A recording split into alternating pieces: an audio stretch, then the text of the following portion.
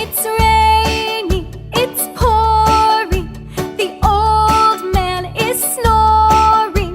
He went to bed and bumped his head and couldn't